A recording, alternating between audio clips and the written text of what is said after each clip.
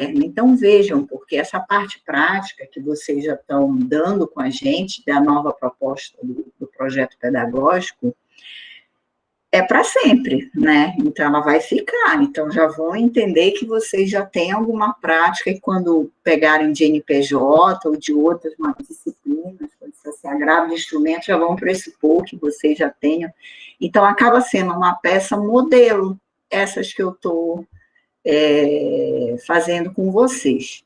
Eu não sei, a Lu até não me pediu, eu posso depois encaminhar todos esses arquivos, está tudo gravado, é tipo assim, eu prefiro ir eu acompanhando a peça, estudando na minha casa, para não ter que ficar no YouTube olhando para a tela, olhar vocês, com o time de vocês a tela, não tem problema, eu encaminho tudo, como eu encaminho também o material de aula, tá, para vocês. Eu tenho até uns outros materiais que eu vi de internet, de aulas, se vocês quiserem também, eu posso depois, final dessa semana, início da semana, eu tiro um tempinho e mando tudo, e aí vocês fazem um estudo mais aprofundado. Hoje a gente vai partir para o ED. Eu vou apresentar o ED para vocês, tá? Como é a peça de ED. E eu peguei uma peça de ED, tá? Diferente. Eu até disse, vou colocar uma mini. Uma mini eu posso até mandar para vocês, não tem problema nenhum. Mas aí eu pensei para a aula, eu disse, não. Eu acho que é bacana, deixa eu tirar daqui para poder apresentar. A gente vê uma peça diferente. E eu peguei uma peça da internet, de ED, em sede de ADIM, tá? Para vocês sentirem que o ED, ele tem um trânsito, assim, em qualquer situação. Ele só não pode em despacho. Por quê? Porque despacho é óbvio, é irrecorrível. E se ele não tem cabimento de recurso, é óbvio que não cabe nenhum ED, ainda que o ED seja aquela discussão que a gente comentou no nosso encontro passado, se ele é recurso ou não, porque a grande discussão é qual é o papel, qual é a função do ED. Será que o ED é um recurso com sentido de reforma? A gente viu que tem um ED diferenciado, que é o ED com pedido de efeito modificativo.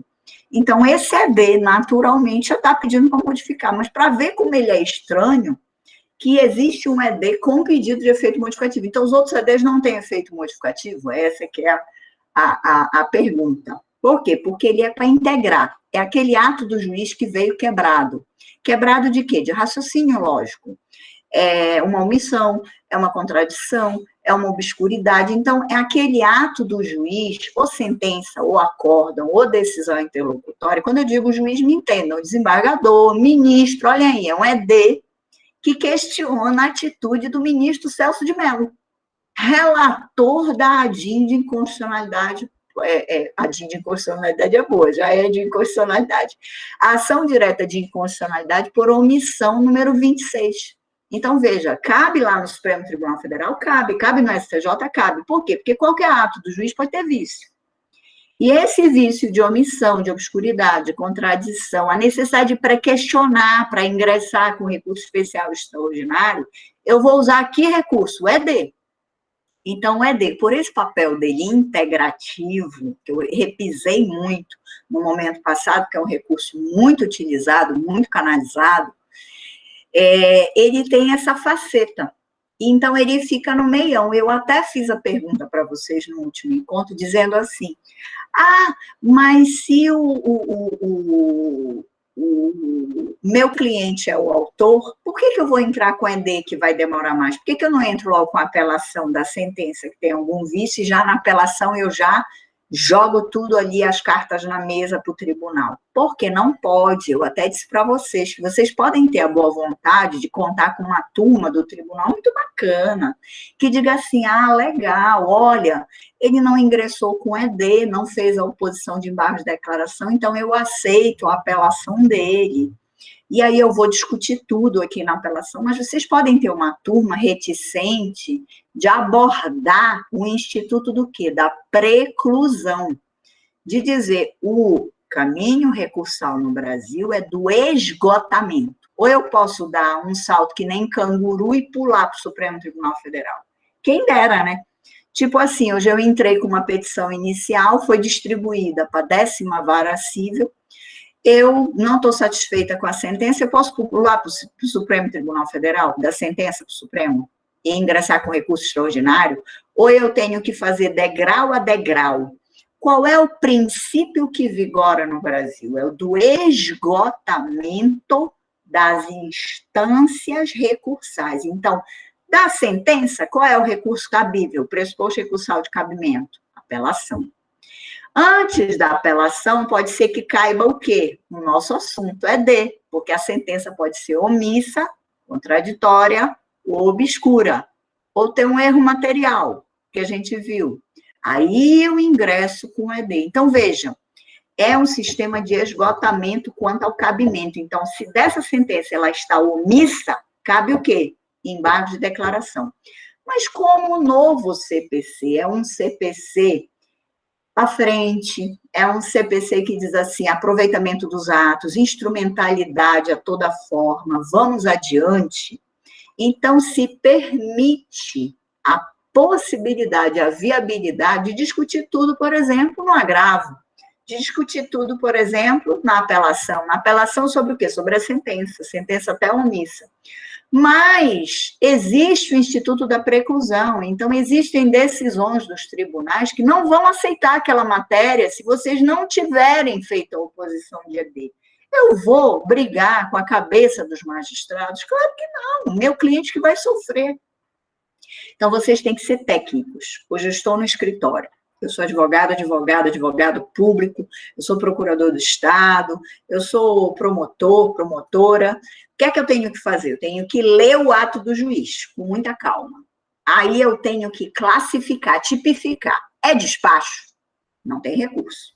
Bom, não tem recurso, então não tem nada. É jus chorande. É a brincadeira que a gente faz, jus chorande, jus esperneante, jus gritante, só grito. Grito com o Papa? Não. O despacho não cabe recurso, mas eu posso ingressar com instrumentos assemelhados aos recursos, que a gente já estudou lá nos primeiros dias dos sucedâneos recursais, aquilo que não é recurso, mas parece ser.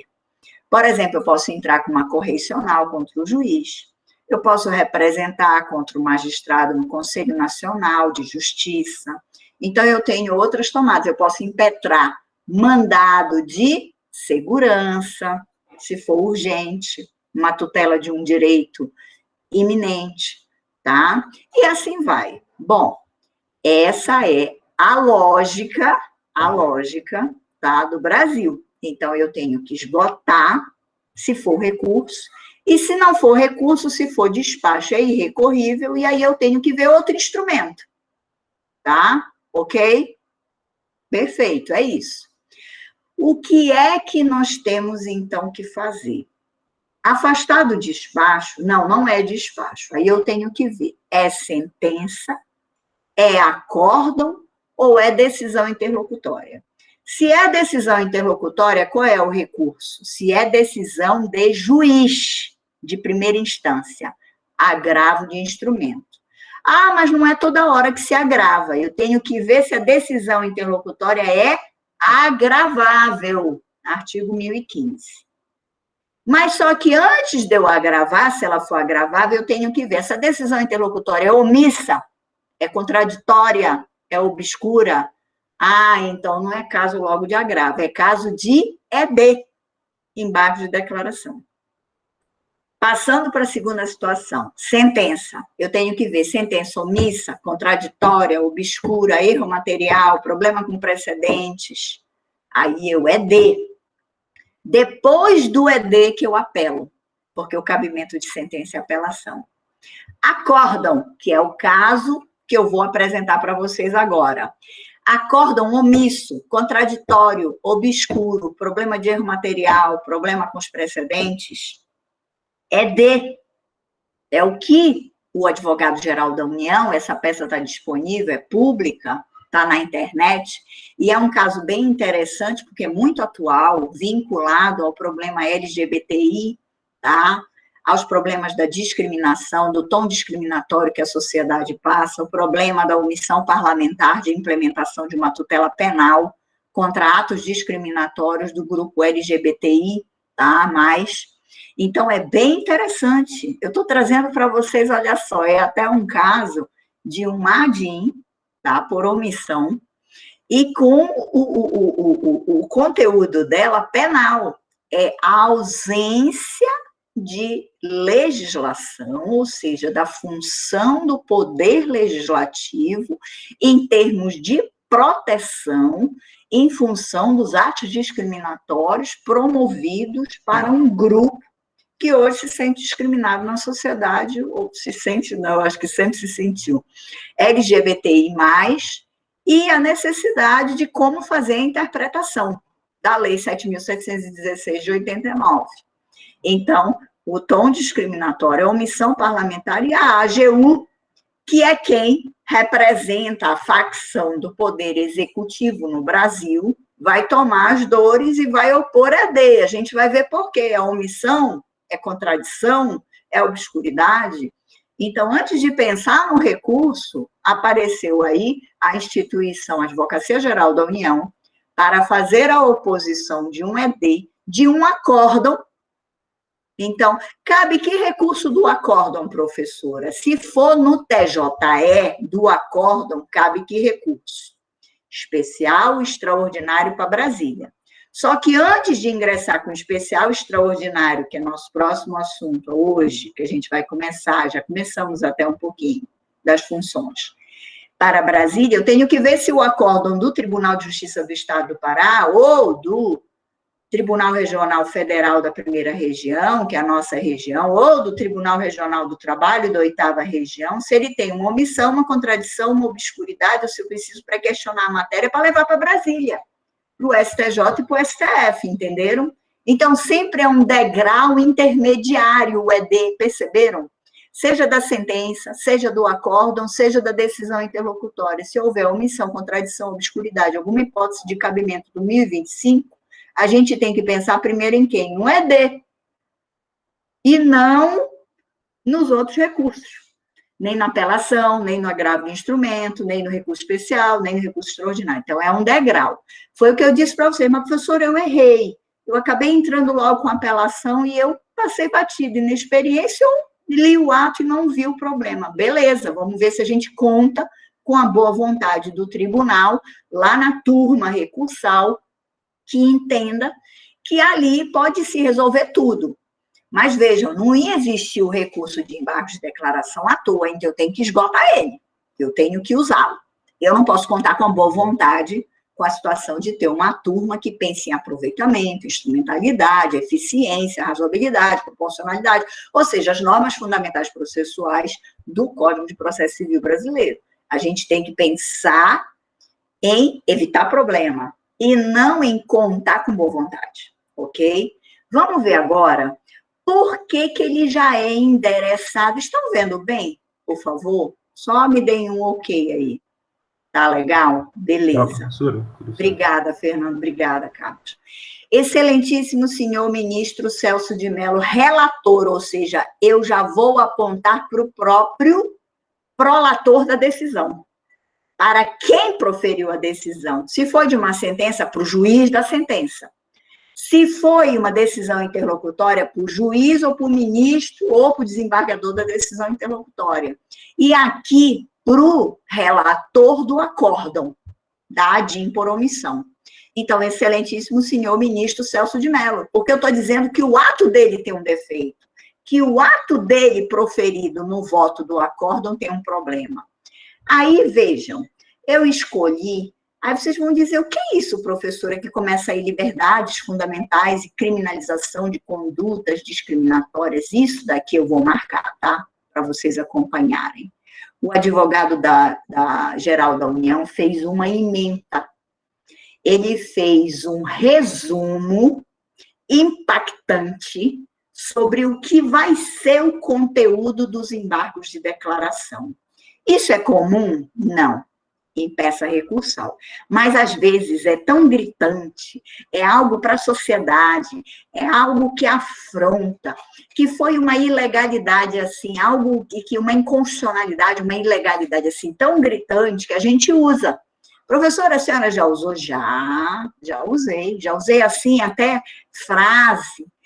Vocês podem usar até uma frase não jurídica, uma frase poética, uma frase literata, algo, obviamente, que esteja relacionado. Se eu já usei nesse perfil, não. Eu usei mesmo jurídica, algo assim, bem diferenciado, bem impactante, algo que é muito importante. Agora, vocês têm que ter aquela sensibilidade do filtro. Ah, toda minha peça eu coloco isso. Não seja o advogado do senso comum, tá? Ah, porque eu vou usar para tudo. Não. Seja diferenciado. Mostre que aquele caso tem... Ah, não, os outros casos não são importantes, professora. Por que a senhora não usa nos outros? Não, porque os outros, às vezes, é o dia a dia. É um métier de algo que já está sendo enfrentado pelo tribunal. Veja, aqui não é qualquer coisa. Está discutindo liberdade fundamental, está discutindo vulnerabilidade, está discutindo interpretação dentro do tom discriminatório, está discutindo algo que é muito caro para a sociedade, como é que esses grupos são vistos, LGBTI+. Então, é algo que hoje é, assim, homofobia, né? Os casos de violência física, violência moral, assédio. Então, é algo que desponta. Por exemplo, se eu fosse tratar de um quilombola, se eu for tratar de uma comunidade indígena, se eu fosse tratar de uma vulnerabilidade dos profissionais de saúde na pandemia. Então, é algo gravíssimo para toda a sociedade. E aqui desperta o Supremo Tribunal Federal. Então, foi feito um tom aqui, mais forte. Vejam, agora eu vou tirar, tá? Só para ler o finalzinho para vocês entenderem. Omissões diversas. Já estão percebendo?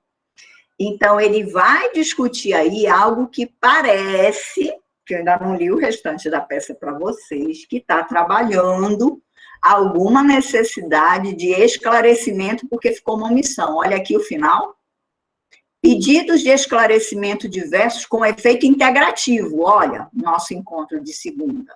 Quanto à especificação de excludentes de licitude não consideradas na tese de julgamento.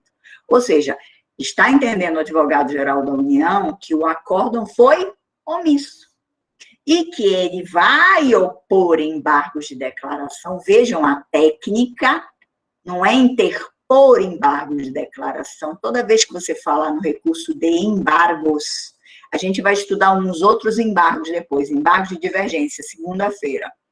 Opor embargos de declaração, opor embargos de divergência, apelação, interpor recurso de apelação, interpor agravo de instrumento, tá?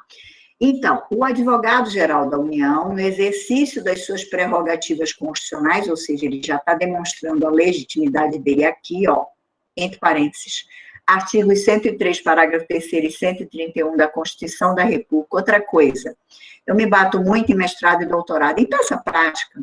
Isso não é assim, algo que chame atenção.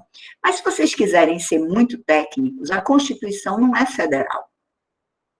Não existe Constituição Federal. Existe Constituição da República. O que é que primeiro transparece do nosso regime de governo, que é uma república. A federação é posterior a isso, é a divisão política do Estado brasileiro. Então, o nome da nossa Constituição é Constituição da República Federativa do Brasil. Nós temos mania de, no foro, nominar a Constituição Federal. A Constituição Federal de 88 é o mesmo, a gente vai falando jargão forense. Mas o técnico, por exemplo, em um mestrado, em um doutorado, na especialização, em trabalhos, lato sensu, stricto sensu, aí nós somos obrigados. A norma da ABNT, que juridicamente a Constituição não é federal. A federação é decorrência, o regime político da nossa forma de governo, que é republicana. Tanto é que o nome da Constituição é a Constituição da República, que ele está sendo extremamente técnico, ele está com o Supremo Tribunal Federal. Por isso que eu peguei essa peça que ela é bem diferenciada.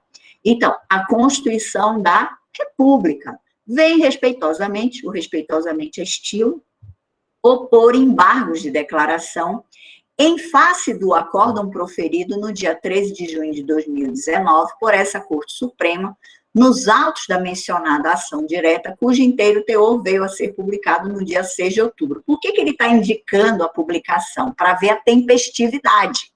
Lembrem-se, eu tenho que ingressar no prazo dos embargos de declaração, que são 5 dias. Mas lembrem-se, como aqui a AGU é a União, ela tem prazo em dobro. Então, ela tem 10 dias. O prazo é contado em dias úteis, fazendo pelos fundamentos a seguir opostos. Então, ele já está indicando aqui a legitimidade, ele já vai indicar o interesse, que é o prejuízo, a necessidade, e ele já está indicando a tempestividade com a publicação. Ele vai expor no item 1 o caso dos autos, tá? Que eu vou ler só o primeiro parágrafo, que é o que nos interessa, e depois vocês leem com calma, tá? Que é bem interessante o caso. Trata-se de ação direta de inconstitucionalidade por omissão, proposta pelo Partido Popular Socialista, PPS, em que se sustenta a ocorrência de omissão inconstitucional imputada ao Congresso Nacional, consistente na ausência de criminalização das formas de homofobia e transfobia, especialmente, mas não exclusivamente, das ofensas individuais e coletivas, dos homicídios, das agressões, ameaças, que eu estava falando para você, da violência, né? Pela orientação sexual e ou identidade de gênero real ou suposta da vítima. Vejam a importância dessa DIN por omissão. Por que que o advogado-geral da União, se é uma ação que já está despertando o poder judiciário, ele vai opor embargos de declaração? Isso que a gente tem que entender, para entender a função dos embargos de declaração. Aí ele vai fazendo, fala no princípio da proporcionalidade, o princípio da proibição de proteção deficiente, uma peça muito interessante. Recomendo a vocês depois a leitura com calma, por isso que eu depois mando uma dessas peças todinhas para a Lu, para vocês terem já o material, porque é importante para a prova prática de PGE, Procuradoria do Município, advogados da União, procurador da Fazenda Nacional, ou seja, os concursos vitrine que vocês poderão fazer, e haverá, tá, gente? Vamos parar com essa histeria e esse pessimismo coletivo de que não vai ter concurso por causa da pandemia. Uma hora a situação vai se ajustar, um monte de gente está aposentando, eu posso falar isso do próprio Ministério Público do Trabalho, nós temos vários colegas aposentando, tá? Vários que infelizmente faleceram, vários que estão com problemas de saúde, anteciparam a aposentadoria. Então, enfim, são N situações e sortes, tá? De cada um e destino, e a gente tem, sim, espaço para vocês. Vai ter, sim. Olha o otimismo. E aí vai. Aí ele fala da manifestação dele como advogado da União, tá? E assim vai. Ó, ele vai fundamentando. Aí ele chega no acórdão, que aí ele tem que dizer qual é o problema do acórdão. O acórdão representativo do julgamento foi publicado com a seguinte ementa, e ele transcreve a ementa. Ah, professora, a gente deve transcrever? Se vocês perguntarem se eu transcrevo, eu transcrevo. E eu transcrevo o trecho, porque eu tenho que ser específica na motivação dos embargos de declaração para dizer onde está a omissão, a contradição, a obscuridade da sentença, da decisão interlocutória, do acórdão, para entender. Para o magistrado que está contra ele, em face dele, o problema, para ele entender, senão ele não vai entender, tá? E ele transcreveu, tá? Mas até aqui ele não está negritando. Olhem como foi grande essa ementa. Olhem lá, foi em 6 de outubro de 2020, ou seja, é recente a publicação. Olhem um problema do Supremo Tribunal Federal, só para chamar a atenção de vocês, desculpa, eu não sou professora de processo constitucional, mas eu acho importante dizer isso. O Pleno julgou em 13 de junho de 2019. O acórdão só foi publicado quando? Em 6 de outubro de 2020. Olhem o problema. Por isso que muitas vezes vocês vão acompanhar pelo YouTube, vocês vão acompanhar na própria TV Justiça, tentar assistir o julgamento, porque demora. Por isso que os advogados ficam enlouquecidos fazendo petição, pedindo imediatamente degravação, porque aí você não tem a ratio decidente, o acórdão como um todo, tá? Que foi discutido. Mas aí não tem jeito, tem que aguardar. Isso é um problema crônico no Brasil. Estão diminuindo esse tempo de publicação, mas ele ainda é grave. Nada obstante o plenário tenha deferido a essas causas uma consideração bastante verticalizada, ocupando-se de deliberar sobre ela durante sucessivas assentadas, a decisão final instaurou algumas sensibilidades, tanto no que diz respeito ao modo pelo qual se perfez o controle jurisdicional das omissões, quanto no tocante ao alcance das diretrizes punitivas. Ele aí já disse para que ele veio. Ele está dizendo que se teve a sensibilidade do julgamento de integralizar o controle jurisdicional da omissão, ele tem que ir inteiro na omissão.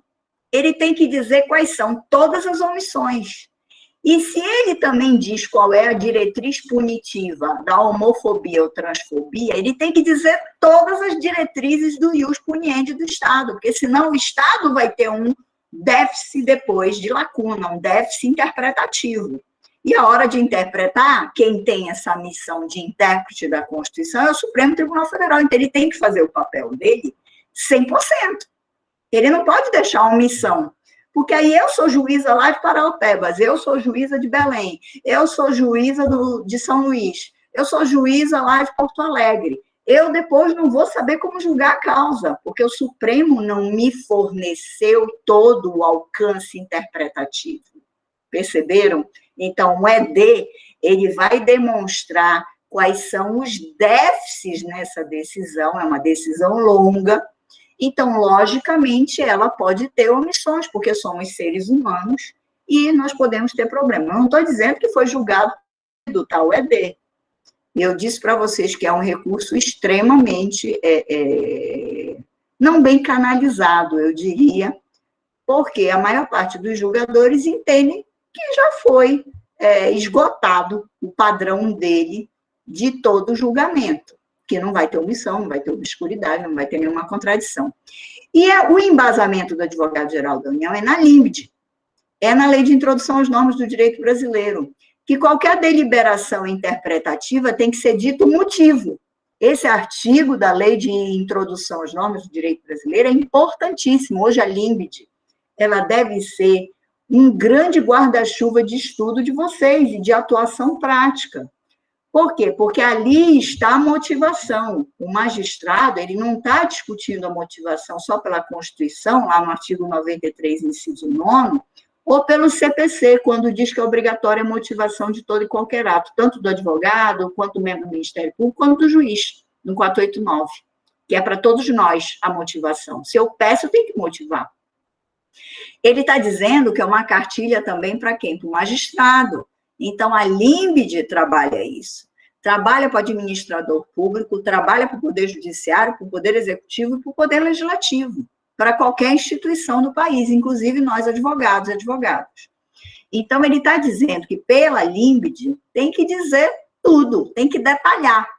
E que esse é o problema da decisão.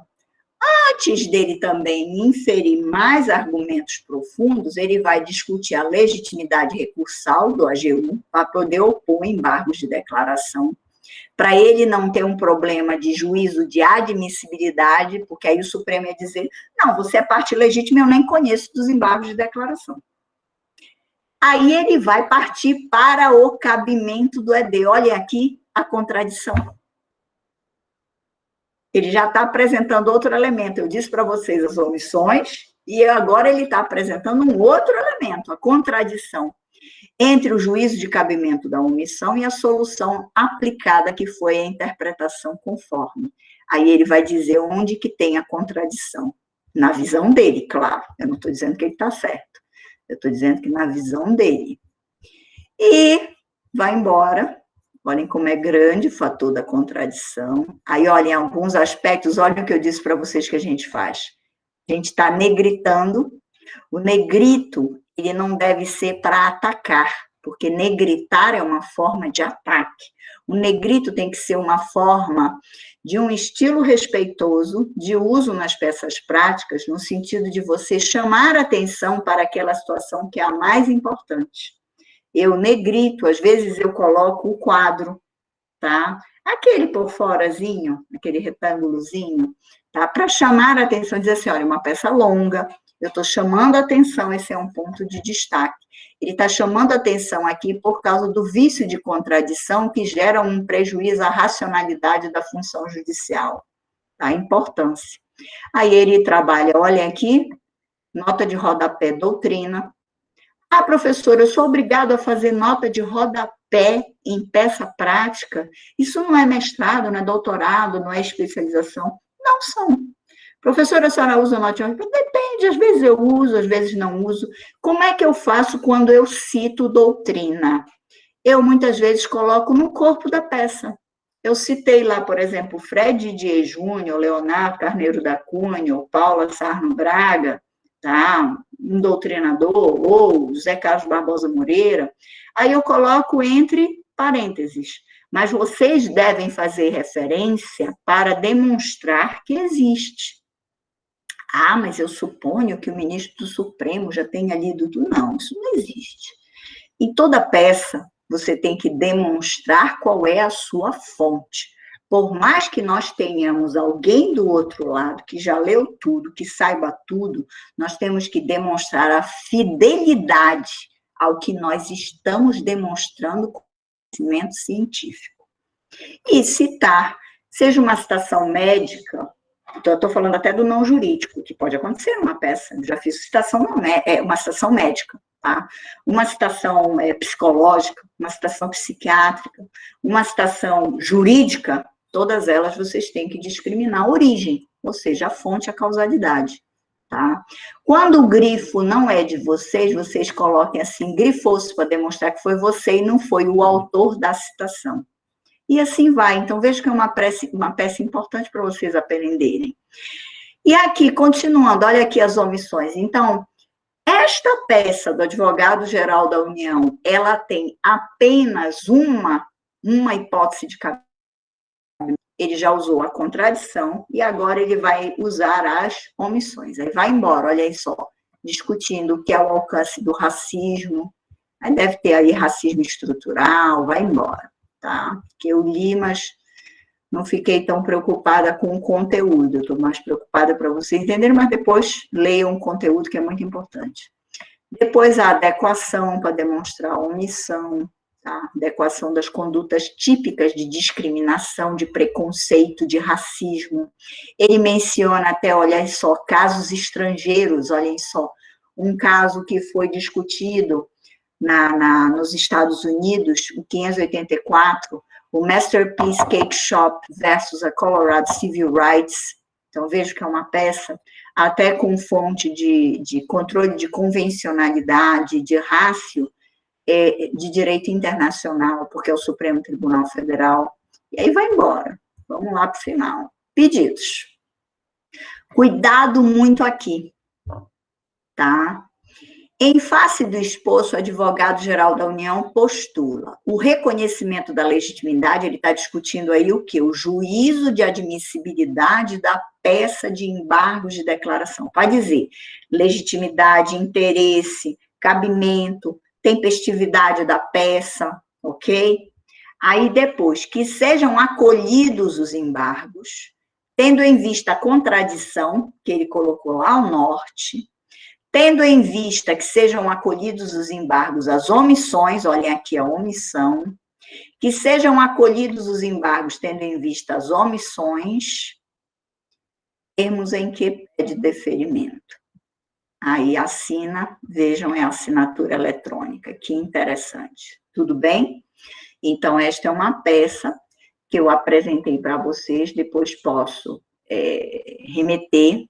Uma peça que está sob domínio público, por isso que eu apresentei aqui, extremamente bem redigida, concatenada, demonstrando os pressupostos de cabimento, e se torna um modelo.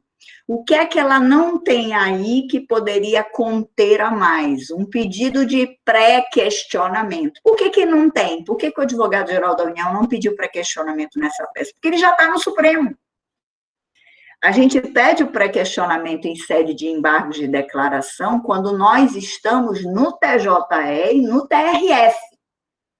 E, para a jurisdição trabalhista, no TRT. Então, a gente opõe embargos de declaração e, ao final, ainda pede com caráter de pré-questionamento, para a gente poder ir para onde, que eu ensinei vocês na segunda, para os tribunais superiores, para a gente poder alcançar a instância do Superior Tribunal de Justiça, do Supremo Tribunal Federal e na jurisdição trabalhista do Tribunal Superior do Trabalho. Tudo bem? Então, agora a gente concluiu o ED. Agora nós vamos... Alguém fez alguma perguntinha ou não? Não, tudo bem, não temos. Vamos agora voltar, eu vou apresentar o nosso material de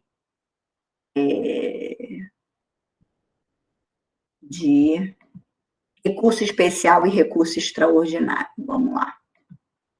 Vou compartilhar com vocês, tá? Então, o ED é uma peça, se vocês me perguntarem assim, a importância dela, todas, porque ela é degrau para ajeitar a casa dos outros recursos, entenderam? Então, eu ajeito a decisão interlocutória para o agravo de instrumento, eu ajeito a decisão interlocutória para o agravo interno, quando for ato de desembargador, tá? Relator. Eu ajeito a casa do acórdão para ir para o recurso especial extraordinário. Então, professora, me diga, primeiro aspecto do recurso especial extraordinário para a gente estudar hoje, não vou concluir hoje. Segundo, a gente vai ver as peças de recurso especial extraordinário e vai ver ordinário, agravo de instrumento em sede de especial extraordinário e embargo de divergência. A gente fecha os recursos. Aí as outras aulas serão sobre o quê? Serão sobre precedentes, serão sobre a função dos tribunais de recursos repetitivos, de IRDR, de IAC. Então, não faltem essas aulas, porque hoje o assunto é extremamente atual e importante, porque é a vida do Brasil, dentro do seu papel de poder judiciário e de retirada de sobrecarga, tá, do Poder Judiciário, e primordialmente de valorização de dois princípios no Brasil, a segurança jurídica, tá, e a isonomia, porque a gente tem hoje a discussão, só um parênteses aqui antes de eu falar, o que eu ia dizer ainda há pouco, o processo repetitivo é para quê? Para o João, para o Antônio, para o José, para o Pedro, para a Maria, para a Antônia, para todo mundo, para a Gisele, tá? Para todos nós que temos os casos idênticos, temos um único julgamento. Então, é a isonomia de tratamento, é um padrão do Estado Democrático de Direito, de exercício de cidadania, de direitos e garantias fundamentais, porque senão não tem mais condições da gente continuar como estava. E como que nós estávamos? Com decisões completamente, absurdamente díspares, contrárias, e, para não dizer, jurisprudência lotérica, que é uma expressão que não é a Gisele que está criando agora, é uma expressão, inclusive, que vem proveniente, que eu não falei no último encontro, do direito italiano. O direito italiano nos brinda com essa discussão de não dar mais uma jurisprudência lotérica, ou seja, quem tem a sorte, quem tem a loteria do risco da situação ganha, não. O advogado fez o mesmo dever de casa, levou as provas, a advogada Gisele, advogado Carlos, advogado Fernando, advogada Raquel, por que o Carlos ganha, eu perco, por que o Fernando ganha em parte, e por que a Raquel ganha em 3/4. Olha só, 4 decisões diferentes, um ganha, perde, outro ganha pela metade, outro ganha 3/4, não tem lógica. Então, se as situações são idênticas dentro de um padrão de repetição, de identidade da causa, de discussão do cerne, da tese do direito, as soluções devem ser equânimes, isonômicas, dentro de um perfil de justiça, de eficiência, de razoabilidade, proporcionalidade, de tudo, tá? E com a pauta maior, porque a gente sempre tem que lembrar de trato cooperativo, né? Porque nós temos que pensar que o Brasil, essa união de esforços, esse papel dentro de uma solidariedade social, que é muito difícil, né? O legado do nosso Estado liberal é de um Estado egocêntrico, onde cada um diz assim, eu consegui para minha filha. Por exemplo, no direito à saúde agora, eu consegui o leito para minha filha, que se lixe o resto. Não, é um cancro, é uma ferida que tem que ser exposta. Né? Não pode ser, por exemplo, quando eu procurei, não tinha o leito aqui. Então, é um mal social. E, então, isso tem que ser exposto, isso tem que ser levado às barras, né? É o que nós estamos fazendo, inclusive, o próprio plano. Então, é uma chaga. A sociedade tem que saber as suas chagas e dizer assim, amanhã foi comigo, amanhã pode ser com qualquer um de vocês. Então, é um padrão de solidariedade social, que, infelizmente, muitos de nós, inclusive nós mesmos, temos autocrítica, né? Precisamos começar a ter. É aquele tipo de coisa, eu não reclamo no restaurante, porque o meu prato veio certo. Mas a gente pensar assim, e quando vier errado, eu também não vou reclamar, porque aí eu superei. Não, você tem que reclamar porque é um exercício de cidadania, para que o serviço seja igual e de um mesmo padrão para todos. Então, isso não é só no direito, é um exercício de cidadania dentro da sociedade. E o papel do recurso especial extraordinário, para eu resgatar o que eu falava ainda há pouco, é para isso. E não era resgatado. Então, o papel do recurso especial extraordinário era para quê? Para a briga do vizinho, para discutir situações intrinsecamente egoístas. Não estou dizendo que o meu problema, tá, que não diz respeito ao Carlos, não diz respeito ao Fernando, não diz respeito à Raquel, não diz respeito à Luísa, que ele não tem que ser julgado pelo Supremo, não é isso. Me entendam. O que a gente está dizendo é, eu não posso sobrecarregar o Supremo Tribunal Federal. Eu posso levar a briga do vizinho para o Supremo Tribunal Federal, o meu problema pessoal para o Supremo Tribunal Federal, só se ele tiver um padrão de inconstitucionalidade. Só se ele tiver a necessidade interpretativa, que hoje está só para a Gisele, mas amanhã pode estar para o Quadros, para o Fernando, para a Raquel, para toda a sociedade brasileira. Aí tudo bem, legal. Então, veja, o legado do Estado liberal é um Estado egocêntrico que era para referir a própria função e o papel do Poder Judiciário com controle do eu. Eu quero ir até o Supremo, eu vou até o Supremo. Não, não é assim. Eu tenho que ter balizas de filtros para não sobrecarregar a jurisdição que é coletiva. Não se esqueçam que o padrão dos nossos tribunais superiores de carga interpretativa não é só para a Gisele, porque hoje está precisando. É para qualquer um que venha incidir. Então, ele tem um aspecto, olha o que eu vou dizer, 2 palavras, retrospectivo para o passado, porque ele vai estar julgando o problema passado, mas o elemento mais importante do Supremo Tribunal Federal, seja em uma DIN, uma DC, uma DPF, seja no recurso extraordinário, seja em qualquer situação dele de competência, e aí eu estou alargando, tá? É para quê? Para um aspecto futuro. Por isso que se formam os precedentes que a gente vai estudar. Então, a visão do Supremo Tribunal Federal é de um tribunal constitucional, dentro de um perfil de processo constitucional, porque aí ele vem com a carga interpretativa da Constituição para o futuro, para os casos do agora e para frente. Ex nunc. Mas professora, eu estudei em processo constitucional, pode ser tunc. Pode quando ele diz expressamente. Então, a gente vai estudar no controle de constitucionalidade que eu posso ter a função tunc, a função retrooperante, a função retroativa, quando ele diz expressamente. Se ele não disser, presume-se o quê? Nunc. Agora, para frente. Mas professora, eu fiquei na dúvida como advogado se é tunc ou não. Se tiver aí a omissão, embargos de declaração. Olha a função do ED. Tá? Então, continuando, a função do recurso especial extraordinário, dentro dessa carga de valoração que eu estou mencionando a vocês e de unidade, o recurso extraordinário é uma unidade do direito constitucional, uma unidade de interpretação constitucional. E qual é a unidade para o STJ do recurso especial? A unidade de lei legislativa, de lei federal. O CPC é o quê? Uma lei federal. Então, se violar a lei federal CPC, cabe recurso especial. Se violar o Código Civil, lei federal, cabe recurso especial. Se violar a lei, vou dar outros exemplos de legislações interessantes. O Estatuto da Criança e do Adolescente, o que é? O ECA, uma lei federal, recurso especial.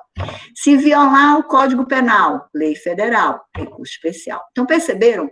Todos os nossos códigos, todas as nossas legislações extravagantes, oriundas do poder constituinte, tá? O poder legislativo federal, elas são leis federais. E, a priori, é o cabimento de todos esses atos federais, tá? Esses atos stricto sensu do legislador, eles são, dessas legislações federais, são passíveis de recurso especial. Eu vou estar discutindo uma nulidade por cerceamento do direito de defesa. Eu vou estar discutindo uma nulidade porque não foram observados os requisitos da sentença. Eu vou estar discutindo uma nulidade em função da prova.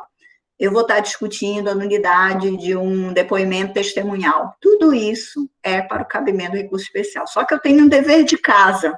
Qual é o dever de casa? Além daqueles pressupostos genéricos de prazo, qual é o prazo? 15 dias dos 2 recursos, de advogado habilitado, ou seja, eu tenho que ter a capacidade postulatória, a procuração nos autos, né, no PJE, no processo judicial eletrônico, tem que ser uma advogada habilitada na OAB, regular na OAB, além de todos aqueles pressupostos, que eu não vou ficar aqui cansando vocês e relembrando, genéricos, eu tenho que ter pressupostos específicos. Onde vão estar esses pressupostos específicos para demonstrar depois essa unidade do direito? Esses pressupostos específicos, eles vão estar na Constituição Federal. Então, eu vou começar aqui a cartilha do recurso especial que é julgado pelo Superior Tribunal de Justiça. Primeiro, só cabe de acórdão. Olha a primeira dica. Por que, professora? Se for uma decisão interlocutória, não cabe recurso especial. Decisão interlocutória, ato monocrático, nós já vimos qual é o cabimento de que recurso? Agravo interno, não é caso de recurso especial. Recurso especial eu tenho que ter de um julgamento colegiado, proferido, o que é que diz a Constituição? Por tribunais. Como o tribunal vai proferir um julgamento que vai desafiar o recurso especial? A turma, a Câmara. Como eu vou saber se é turma ou Câmara, professor? Eu venho repetindo desde lá os nossos primeiros encontros de recursos. Regimento interno de cada tribunal vai dizer como ele é dividido. O Tribunal de Justiça do Estado do Pará é dividido em turmas. O Tribunal Regional do Trabalho da 8ª Região é dividido em turmas, tá? Então, a gente tem que estudar como é que são os órgãos do tribunal. É a teoria do órgão. O que é o órgão? É um centro de competência. Então, a turma civil julga, então, recursos e ações de competência originária civil. A turma criminal julga recursos criminais. Poderia ter, vamos supor, uma turma agrária? Poderia, para julgar recursos atinentes apenas ao direito agrário. Poderia ter uma turma de processo coletivo? Poderia, se discute isso no processo coletivo, se nós não deveríamos ter juízes de primeira instância e turmas especializadas no julgamento de processo coletivo. Só que isso a gente observa que, eu pelo menos tenho particularmente uma opinião, se seria bom ou não. Eu acho que depende muito do tribunal, depende muito das situações. Eu acho que hoje os juízes todos do Brasil têm que ter a mente coletiva. Eu acho que se a gente especializa, é tipo assim, eu não sou juíza da turma coletiva, então eu não vou pensar de modo coletivo. Isso é ruim. Eu tenho que pensar que a minha demanda individual, ela pode ser coletiva. Se hoje vem uma ação para mim, eu como juíza, de um pedido de medicamento, será que é só aquela pessoa que está pedindo medicamento que está precisando no Pará? Eu já tenho que ter a mente para frente. Será que é só aquele processo? Será que eu vou julgar só aquela demanda no eu, no egoísmo? Ou será que aquela minha decisão, ela pode impactar para todos os outros processos que têm a identidade da demanda? Então, se a gente especializa um juiz coletivo, só ele que vai estar pensando no coletivo, os outros não vão estar pensando no sistema. Eu não sei, eu hoje tenho uma visão, eu até antes imaginava que poderia ser bom, mas eu acho que não. Hoje, com a coletivização das demandas, com os processos repetitivos, com o inchaço do judiciário, com a gente vendo, por exemplo, a demanda de uma comunidade indígena, são milhares. A demanda de concessionário de serviço público, problema de luz, água, telefonia, milhões. Problema com o Estado, milhares de servidores públicos. Problema de aposentados, milhares. Problema de pensionista, milhares. Então, veja, o dia a dia nosso, via de regra, problema aqui na minha rua, que estão fazendo um buraco ali na esquina, é o problema só da Gisele. Não, são todas as casas, os edifícios que estão para essa rua, que estão tendo interrupção do fornecimento de serviço. Então, veja, via de regra, nós estamos trabalhando com o consumidor, com coletividades, com vulnerabilidades e coletividades. Então, cabível de acórdãos, tá? Proferidos por tribunais, em última ou única instância, aqui é que está. Lembram que eu comecei hoje dizendo que a gente aborda no Brasil o esgotamento dos recursos? Então, logicamente, eu estou dizendo que é em última ou única instância. Então, qual é a última instância dentro do Estado do Pará? TJE. Ok? Qual é a última instância na Justiça Federal para ir para o recurso especial? TRF. Então, do TRF, STJ. Do TJE, STJ. Eu não posso dar salto que nem canguru. Ah, estou na primeira instância, não vou brigar com o meu Tribunal de Justiça porque eu sei que eu vou perder, eu já vou correr para o STJ. Quem dera, né? A gente ficar dando esses saltos para escolher logo o tribunal que a gente quer. Não, não existe isso, tá? Então, em única ou última instância. Por que única instância? Porque eu posso ter situações que nasceram dentro do TJE. Então, a competência originária é começar no TJE, não começou com o juiz de primeira instância. Querem um exemplo? Mandado de segurança, cuja autoridade coatora é Sua Excelência o Governador do Estado do Pará. O governador do Estado do Pará, em um mandado de segurança, o papel que ele exerce no Estado, a posição política dele, o cargo político que ele desempenha, a função política, ele vai ser processado para qualquer juiz de primeira instância ou imediatamente no tribunal, já no órgão colegiado. Esse mandado de segurança já desafia direto o Tribunal de Justiça, os desembargadores. Por quê? Porque a função do desembargador, ela está simetricamente ao papel do governador, do judiciário para o executivo, entenderam? E aí ele vai ser julgado por quem tem uma competência de simetria paritária, tá? E aí o mandado de segurança é direto. Então, do julgamento daquele mandado de segurança no TJE, vai desafiar recurso para quem? Para Brasília, STJ. Tudo bem? Então, é por isso que tem aqui última, quando faz o caminho, ação inicial, sentença, apelação, recurso especial STJ. Ou única, quando faz que caminho? Mandado de segurança direto no TJE, do julgamento, recurso especial para STJ. Tudo bem? Bom, quais são as hipóteses? Acórdão que nega vigência ou contraria tratado ou lei federal. Vejam, aí já está dizendo. Se a lei é estadual, não é caso para o STJ. Se está contrariando lei estadual, isso é caso para o TJE. Porque aí a gente está falando do Poder Legislativo Estadual, que é desempenhado por quem? Pela Assembleia Legislativa do Estado do Pará. Então, vejam, o nosso pacto federativo ele é muito harmônico, e essa harmonia desponta para a organização judiciária. Então, eu estou no enfrentamento de negar vigência ou contrariar a lei federal, aí desperta a união dentro do Poder Judiciário, que é o Superior Tribunal de Justiça.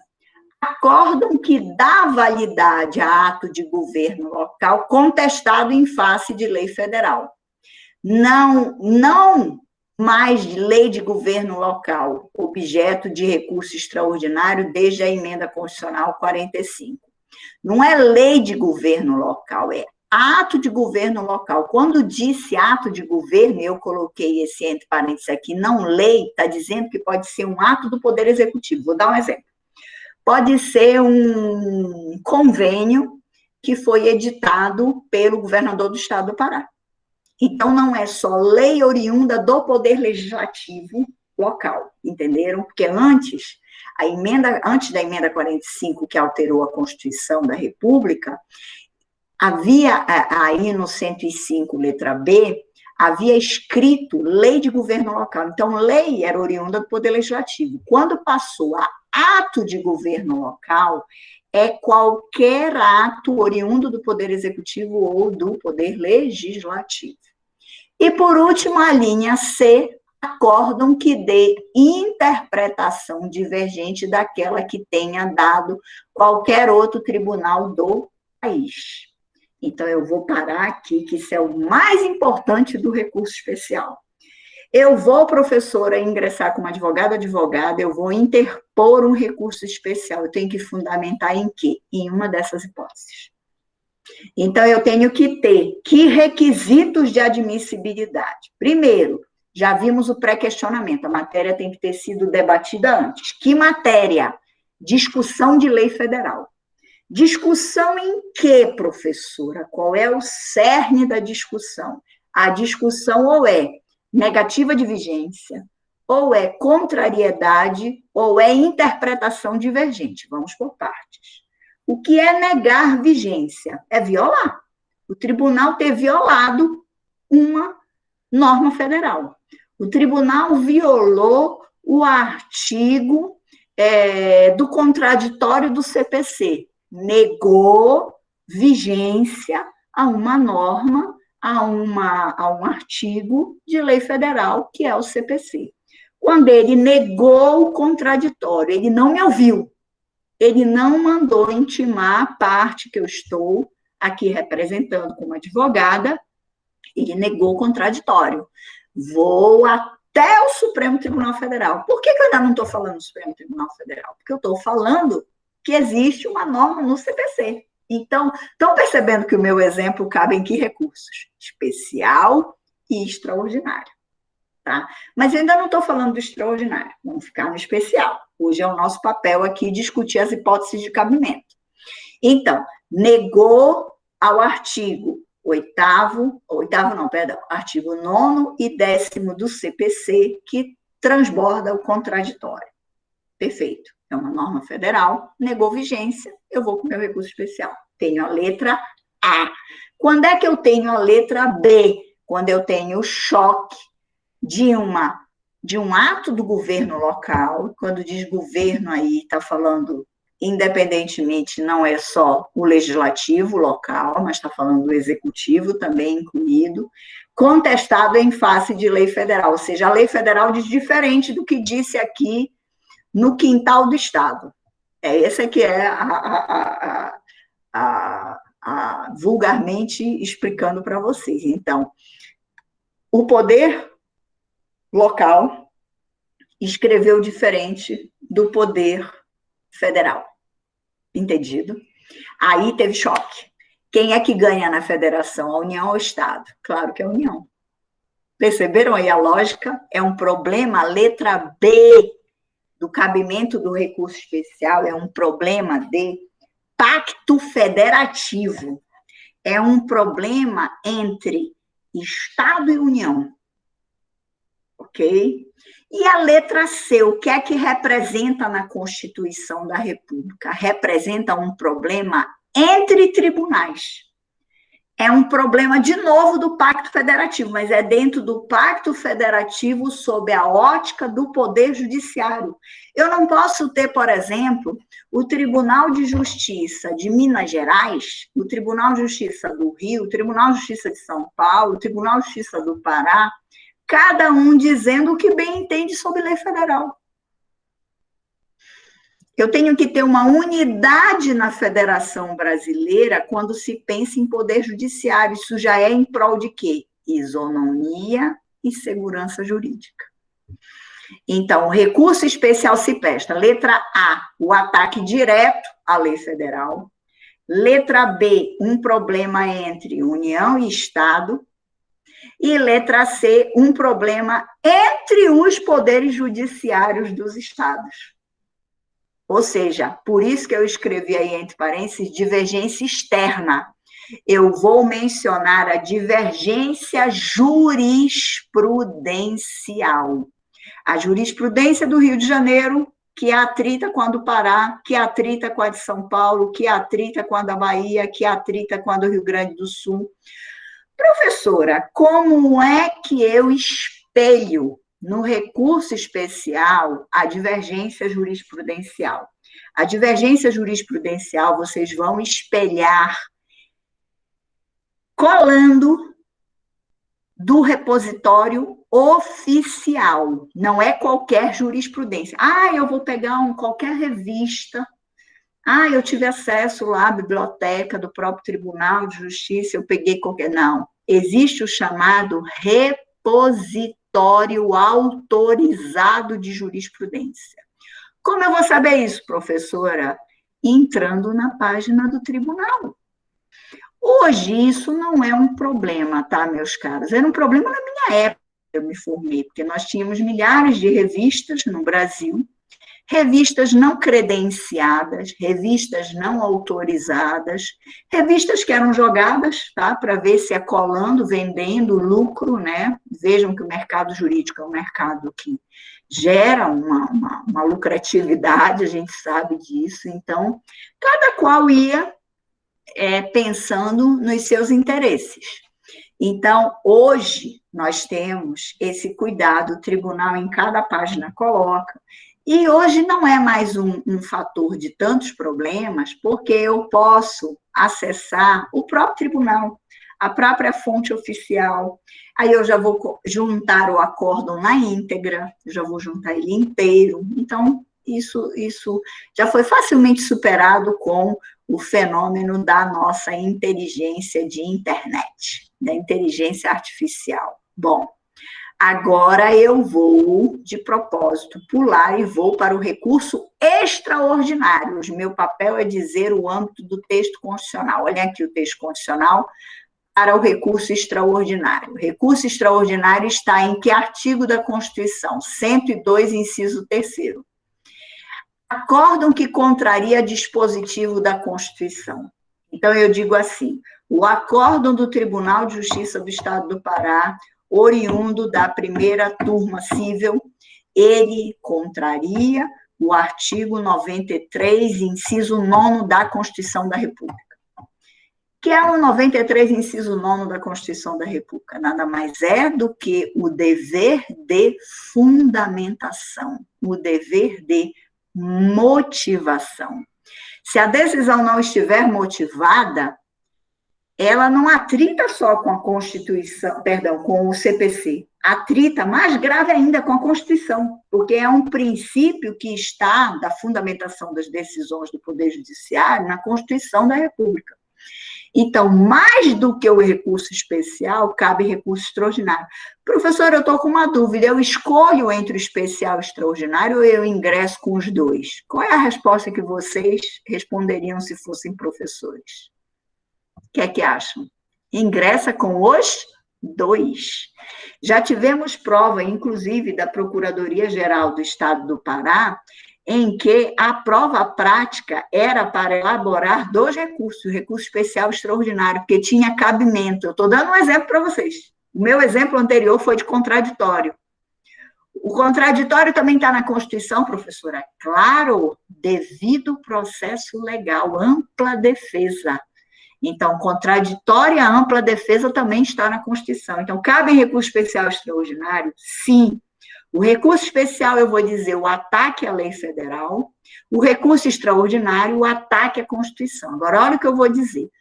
O Supremo Tribunal Federal, todos os dias, recebe um número e uma sobrecarga, assim como o Superior Tribunal de Justiça, tanto o Supremo Tribunal Federal quanto o Superior Tribunal de Justiça recebem uma carga de recursos especiais e extraordinários avassaladora. Então, esse ataque tem que ser direto, expresso, explícito, não pode ser, deriva da situação, não pode ser presumido. Eu tenho que dizer, olha, ele tinha que ter me intimado e não me intimou, está aqui, tem norma. E aí violou a Constituição e violou a lei federal. Então, percebam, essa contrariedade, como é que interpreta o Supremo Tribunal Federal? Uma contrariedade expressa. Por quê? Porque a Constituição da República ela é lotada de princípios. Vamos supor, eu vou hoje fazer um recurso extraordinário por ofensa à separação dos poderes. Não é genérico? Se eu falar assim, a grosso modo para vocês, olha, eu vou fazer hoje um recurso extraordinário lá na Procuradoria do Trabalho, de uma situação trabalhista porque ofendeu a separação dos poderes, vão dizer, professor, isso não está muito genérico, não está muito abstrato.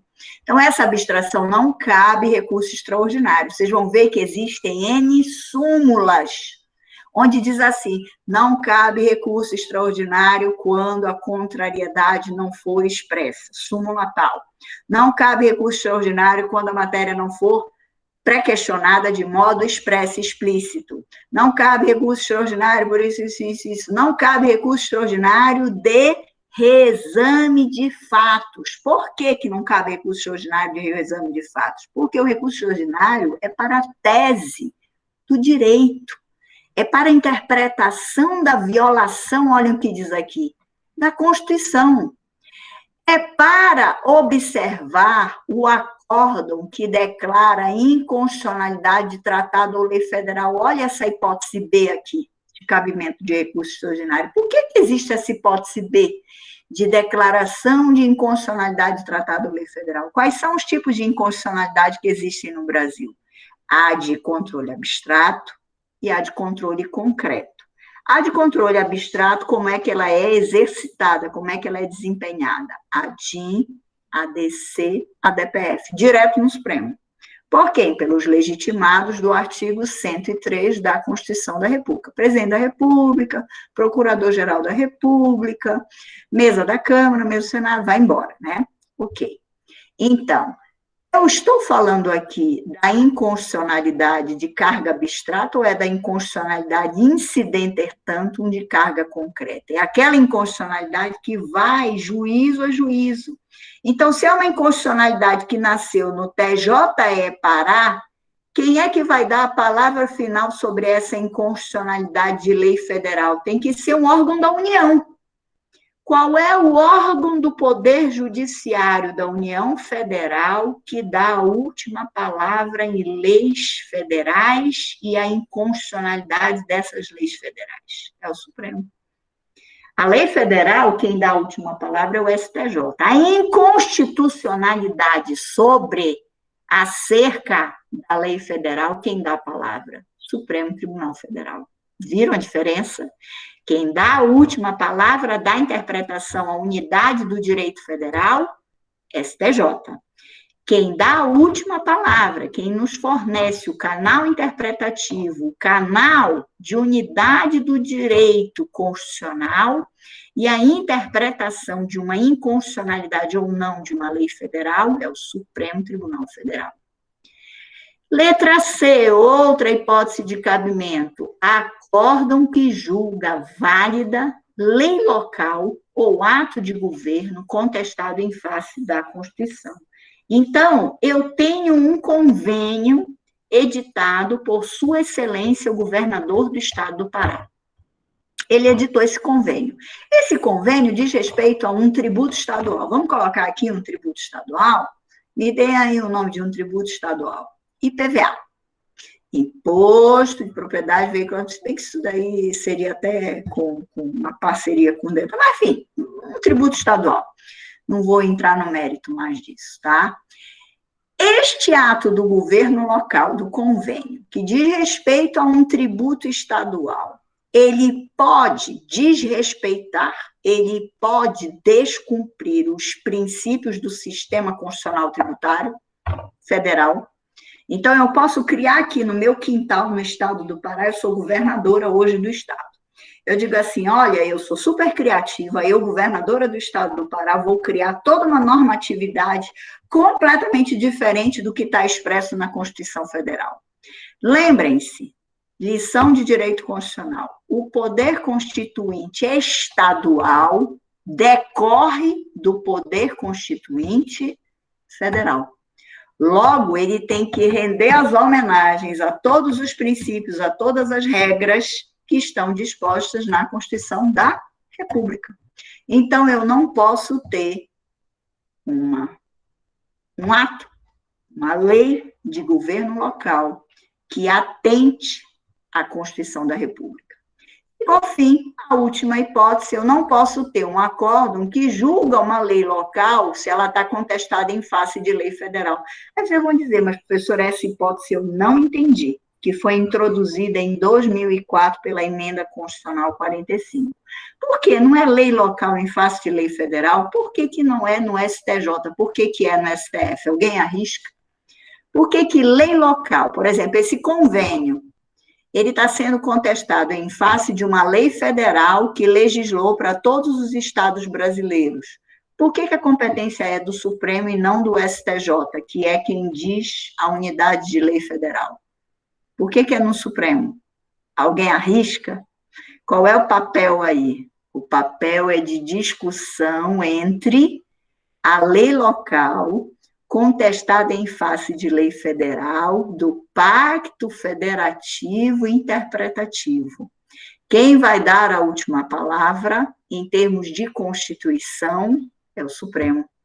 Então, eu tenho aí um problema entre poderes. Eu tenho aí um problema entre órgãos.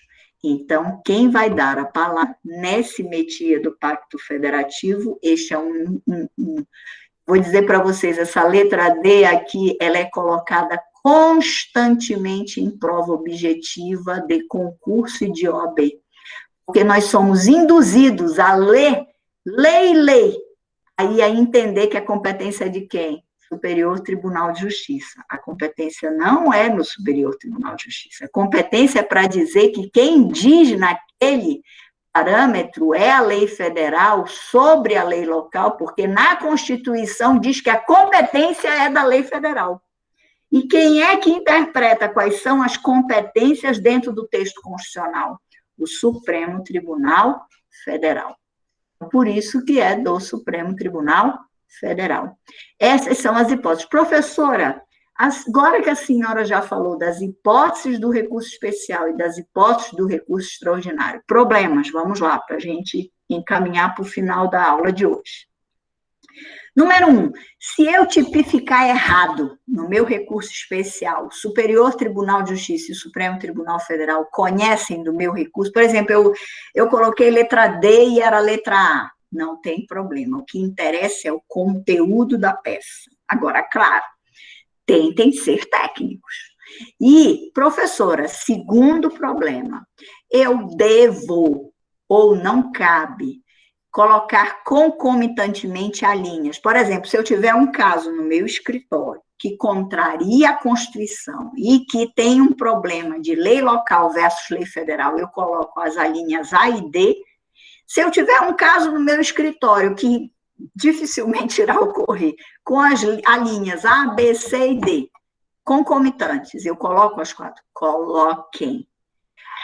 O preceito no Brasil é da fundamentação vinculada a tudo, é da fundamentação que esgota, é da fundamentação que me traz todos os argumentos que devem ser deduzidos e dedutíveis, tá? Todos os argumentos deduzidos e dedutíveis. Então, é o papel de todos nós que estamos do outro lado na advocacia pública, Ministério Público, Defensoria Pública, é a fundamentação de uma cognição exauriente, tá? Que exaure tudo.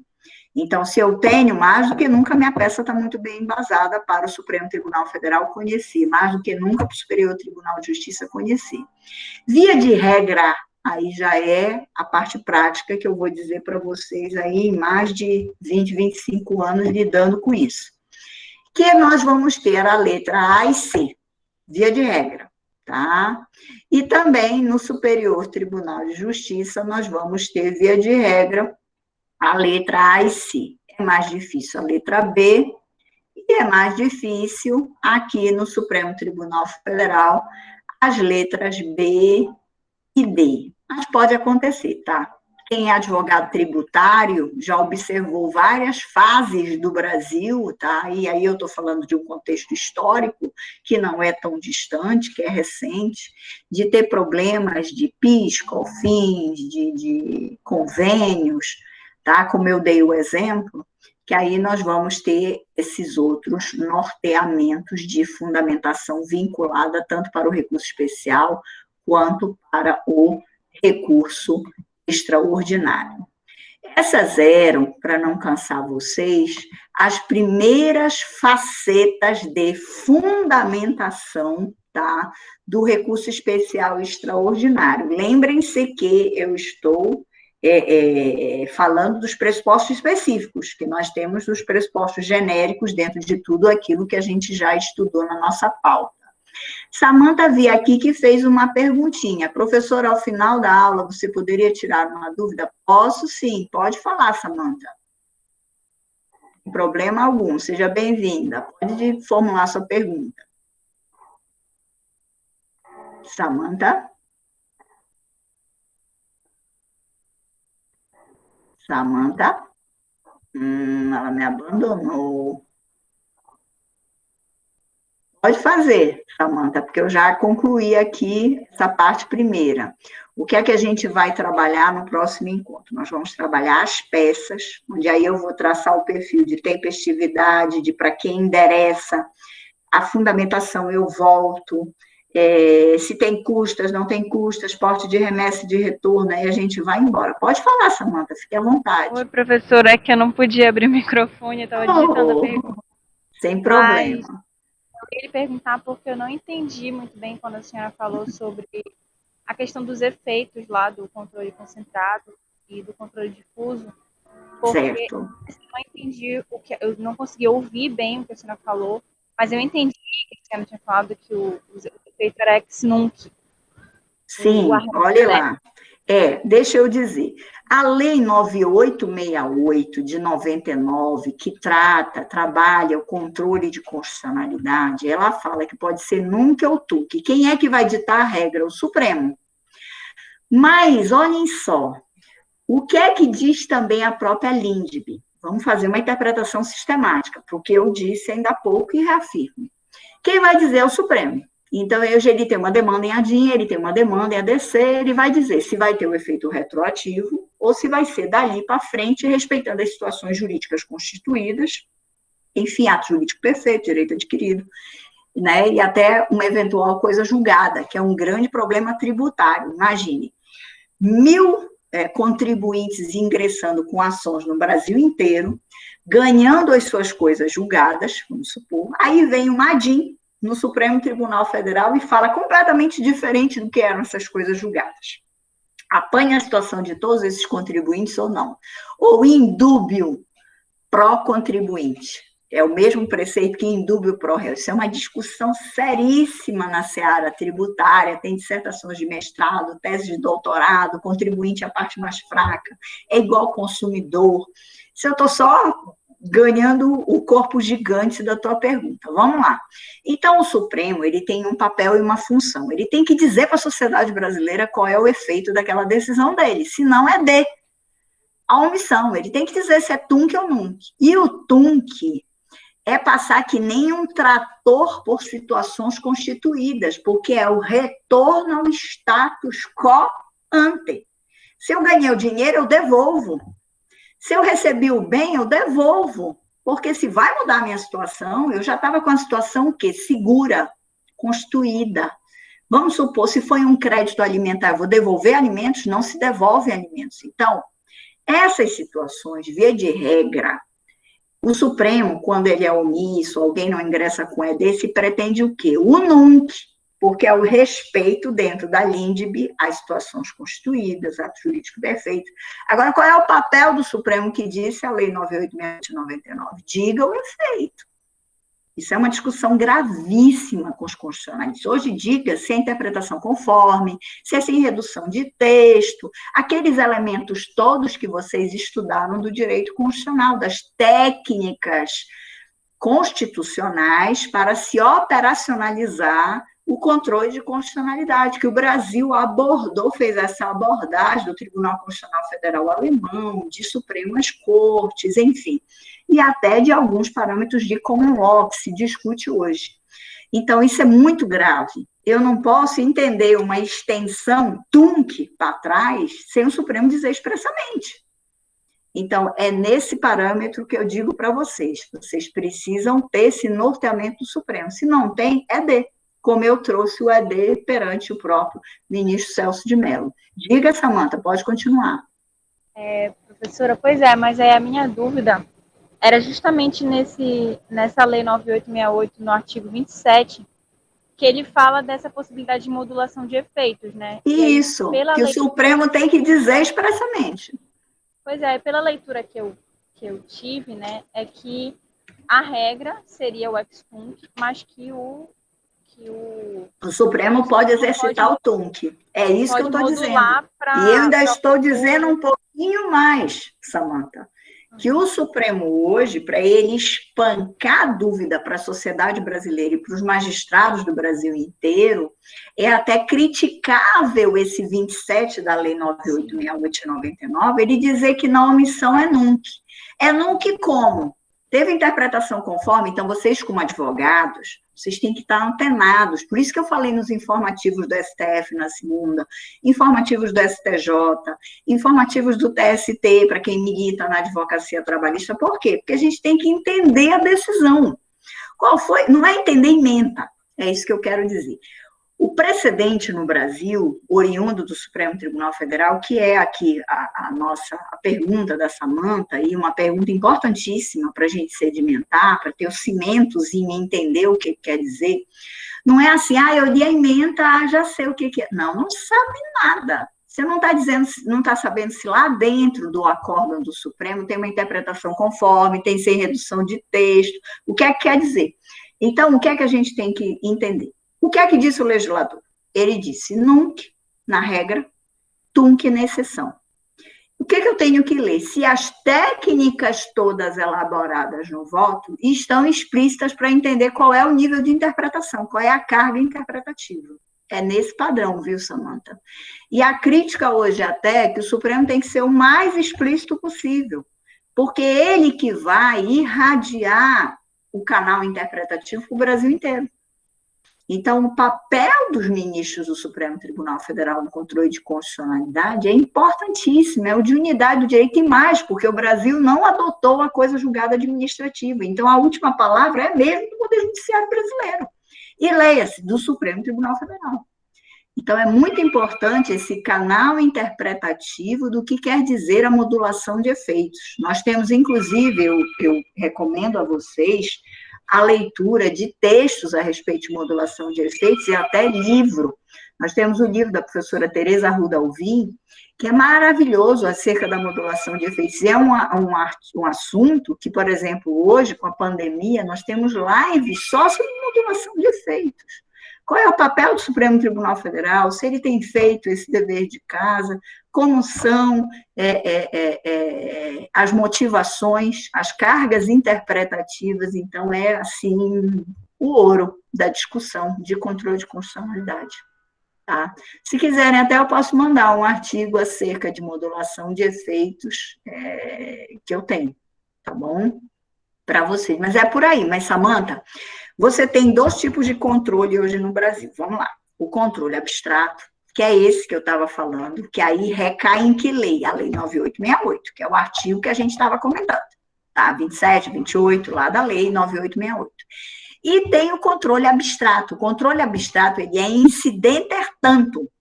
Então, quando é feito o controle abstrato de constitucionalidade? No recurso extraordinário. Quando é feito o controle concreto? No recurso extraordinário. Quando é feito o controle abstrato? Na ADIM, ADC, ADPF. Como é a modulação dos efeitos na ADIM, ADC e ADPF? Eu estou só repetindo. Na Lei 9868, que nós estávamos comentando a pergunta da Samanta. Como é feita a questão de eficácia no recurso extraordinário? É inter partes. Foi o João que ingressou contra a ANEEL, foi o João que ingressou perante o Estado de Minas Gerais, foi o José, foi a Maria, que ingressou perante a União Federal. Aí, recurso extraordinário Supremo Tribunal Federal. Ah, professora, mas eu já li em doutrina, no FRED, em doutrinadores de direito constitucional, no professor Cássio Carpinella Bueno, que o Supremo pode sair desse controle abstrato e, em recurso extraordinário, gerar o efeito abstrato. Aí ele tem que ser o quê? Expresso. Isso se chama o quê?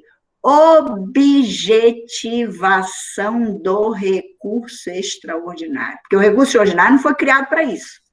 O recurso extraordinário está dentro de um processo que diz respeito só àquelas partes. Se ele quiser que valha para o Brasil inteiro, aí ele tem que dizer isso no acórdão, expressamente nas razões de decidir. Entendido, Samantha? Por quê? Porque o controle concreto de constitucionalidade, ele é interpartes. Ele não é erga omnes. O controle abstrato é que é erga omnes, que aí é a Lei 9868, que diz os parâmetros do controle de constitucionalidade. O controle concreto é: a Gisele ingressou perante o Estado do Pará e está brigando aqui na ação. Perdeu. Sentença. Apelou. Ingressou com ED com efeito de pré-questionamento. Está perdendo em tudo, estou perdendo em tudo. Aí eu vou, recurso especial, não conhecido, ingresso com extraordinário, conhecido, provido, e o Supremo Tribunal Federal viu a importância do que eu arguí em termos de inconstitucionalidade incidental, que dizia a respeito só a Gisele, porque a ação é só da Gisele, a coisa julgada é ser interpartes Gisele Estado do Pará, aí o Supremo Tribunal Federal pode gerar o abstrato, na ratio decidente, e já deixar as razões de decidir interpretando para o Brasil inteiro. Isso pode ser explícito ou deve ser expresso? Claro que é expresso. Ok? Então, é a chamada objetivação do recurso extraordinário. Isso é uma técnica para tirar a sobrecarga do sistema judicial, tá? Porque já despertou a maior corte, a corte que se diz corte constitucional, tem até uma discussão se verdadeiramente o Supremo é ou não corte constitucional, seu papel de corte constitucional, e aí ele já nos atribui a modulação de efeitos, já diz se vai valer para o Brasil inteiro, se não vai valer, já se torna um precedente. Se não, só vale interpartes, não é precedente para o resto. Agora, se o Supremo disser isso, é por isso a importância do sistema precedentalista, porque aí o precedente pensa para o futuro. Não vai ser só a servidora Gisele, que é servidora pública estadual. Vai ser a servidora Luiz, o servidor Carlos, o servidor Fernando, que aí vai vir em cascata. Vão ser N ações. Aí ele já evita o processo repetitivo. Ah, professora, mas já tem 1000 recursos extraordinários. Vamos lá, Samantha, que são os próximos encontros. 1000 recursos extraordinários. Já tenho da Gisele, do Carlos, do Fernando, da Samantha, todos iguais. Da Alexa, da Kilza, todos os recursos extraordinários já estão dizendo a mesma coisa. O que é que faz o Supremo? O Supremo decide que é o representativo, o representante de todos. E a decisão vale só para esse um ou para todos? Para todos. Por isso que o processo repetitivo seleciona um recurso extraordinário, no STJ seleciona um recurso especial e irradia para todos os outros recursos iguais. A letra da lei não fala iguais, usa aqui a palavra idênticos, que dizem respeito à mesma demanda. Aí já julga tudo em bloco. Por isso que vocês ouvem na doutrina, ou em artigos, ou em lives, julgamentos em bloco. Porque aí o Supremo é o último no direito constitucional, o STJ é o último no direito federal. Vou dar um exemplo. Um dos primeiros recursos representativos foi um recurso que dizia respeito às vendas de linha telefônica. Hoje o telefone não vale nada, né? Você vai, compra o chip, tem o número, mas antes a linha de telefone valia muito. Então eu adquiri uma linha de telefone e eu era acionista da linha de telefone. Quando várias pessoas foram vendendo suas linhas de telefone, ganhando dinheiro, enfim, a pessoa está precisando, vende o telefone, aí teve uma discussão no Supremo, perdão, falando besteira, no Superior Tribunal de Justiça, no STJ, a respeito do direito adquirido, era um percentual lá na linha de telefone, uma briga, né, com a Agência Nacional e tudo e tal, de telefonia, Anatel. Aí o Superior Tribunal de Justiça olhou para o Brasil e disse assim, meu Deus, eu já nem me lembro quanto era a quantia de recursos especiais que diziam a mesma coisa lá, discutindo o direito ou não, lá, as ações da linha de telefone, o direito adquirido. Aí eram mais 100 mil, sei lá, 50 mil, 70 mil, 80 mil, 200 mil, não me lembro. Aí o Superior Tribunal de Justiça disse, a gente vai morrer julgando 200 mil recursos? Não. O que é que diz o CPC? A gente pega 5, 10, que são os recursos mais recheados, recursos especiais, julga nesses, suspende Brasil inteiro a discussão dessa demanda. O Superior Tribunal de Justiça interpreta se tem ou não direito adquirido, direito federal, é uma questão de direito, que cabe ao Superior Tribunal de Justiça, ele é o último para dizer isso. Aí a decisão dele irradia para quem? O Brasil inteiro, para todos os recursos especiais e para as demandas e para todos os juízes do Brasil. Se tiver uma demanda lá em Parauapebas, acho que diz respeito a isso, já tem decisão do Superior Tribunal de Justiça. Aí já virou um precedente. Foi o que aconteceu. O Superior Tribunal de Justiça julgou esses 100 mil, 200 mil recursos todos com uma interpretação. Tá? Então, é o melhor caminho. É assim que já é na Alemanha, é assim que já se lida com a Austrália, Nova Zelândia, com a própria corte americana, canadense, tá? Canadá, Estados Unidos. Por quê? Porque aí a isonomia é segurança jurídica. Como é que eu estou com a mesma situação que o Carlos, vou ao Superior Tribunal de Justiça, o Carlos ganha porque foi para a segunda turma, e a Gisele perde porque foi para a terceira turma do STJ. Então, já desperta o órgão especial do STJ, que é a composição e a união das turmas, ele já interpreta para o Brasil inteiro. E aí, Samanta, na sua pergunta, já diz o efeito, já diz o período de tempo, já diz como vai ser realizado. Ou seja, os problemas oriundos do fato da vida lá fora. Tudo bem?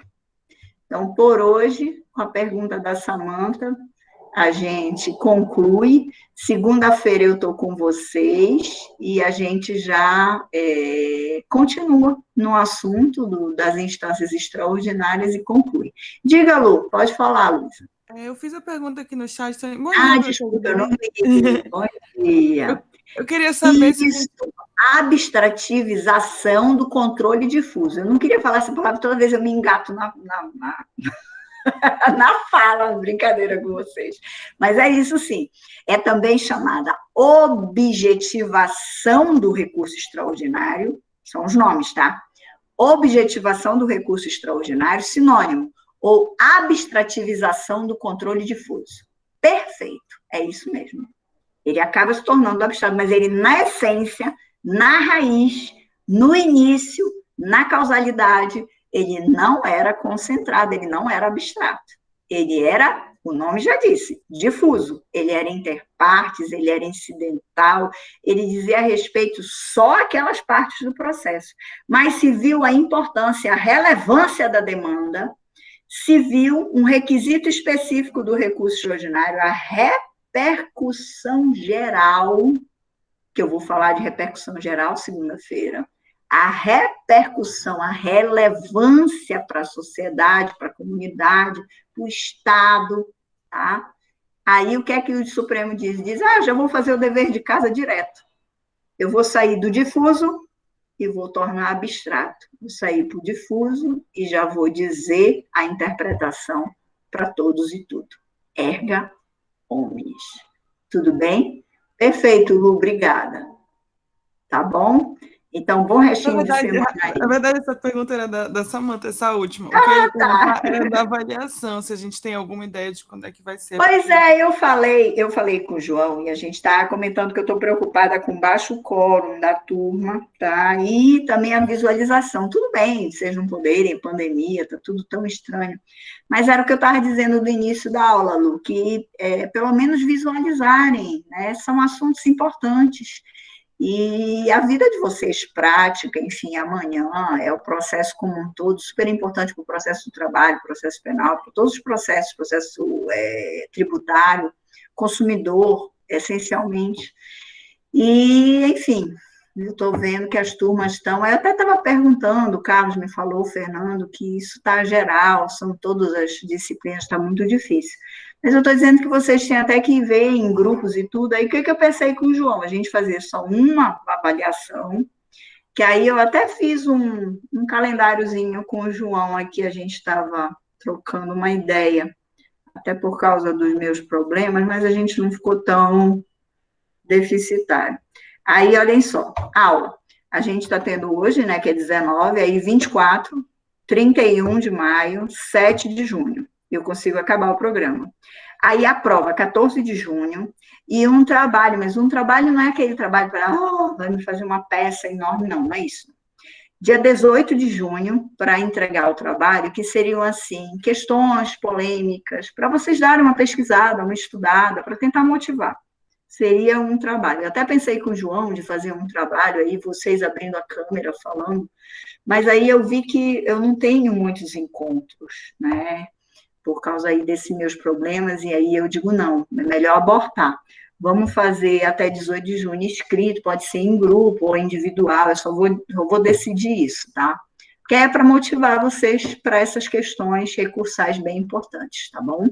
Mas aí eu vou passar o calendário direitinho. Na próxima aula eu já faço, tá bom? Tá bom, então, prof. Obrigada. Tá bom, gente, tudo de bom. Bom restinho de semana, bom final de semana, bons estudos e boas reflexões. Um beijo, saúde, tá? Obrigada, Tudo de bom. Um beijo.